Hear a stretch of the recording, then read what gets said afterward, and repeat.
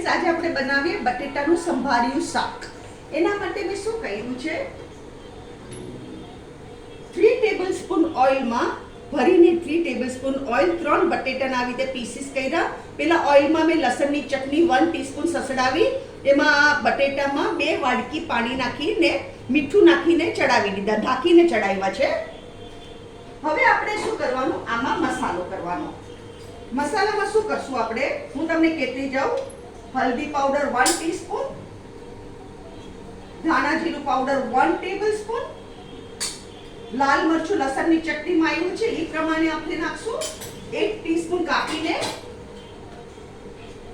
1 મોટું ટમાટર અને 3 green ચીલીઝના pieces એ આપણે પહેલા નાખી દઈએ.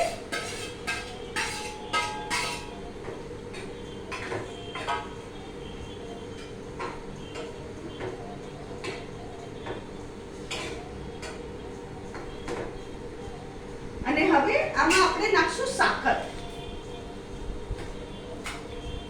સાકર નાખવું તમને કહું, 1 2 3 4.5 ટેબલસ્પૂન સાકર અને 1 ટીસ્પૂન કાપીને ગરમ મસાલો. આને બરાબર આપણે મિક્સ કરી દઈએ.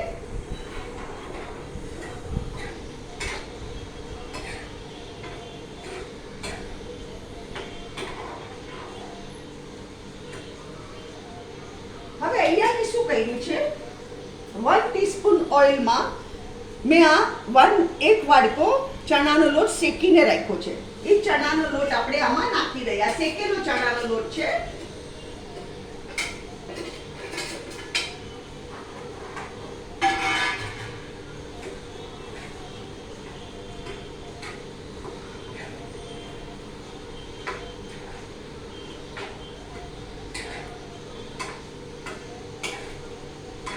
આમાં મીઠું હું ઓલરેડી નાખી ચૂકી છું, કે મેં મીઠું નથી નાખ્યું.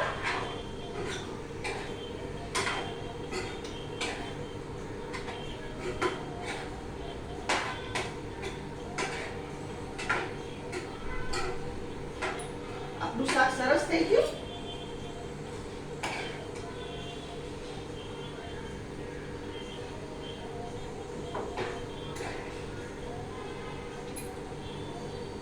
અહીંયા હું ગેસ બંધ કરું છું. ફ્રેન્ડ્સ, આ છે બટેટાનું સંભાર્યું શાક.